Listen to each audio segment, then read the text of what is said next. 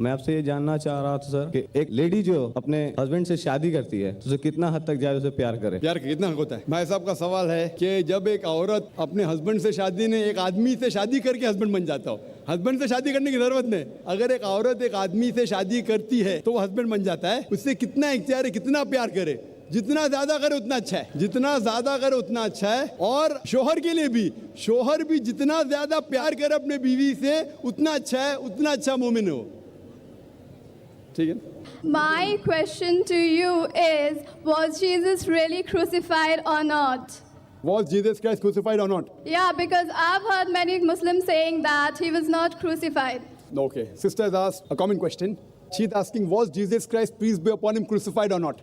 For the detailed reply, you can refer to my video cassette. It was the debate between myself and a Christian missionary. Was Christ really crucified? In a nutshell, I'll give you the reply. According to the Quran says in Surah Nisa, chapter number 4, verse number 157,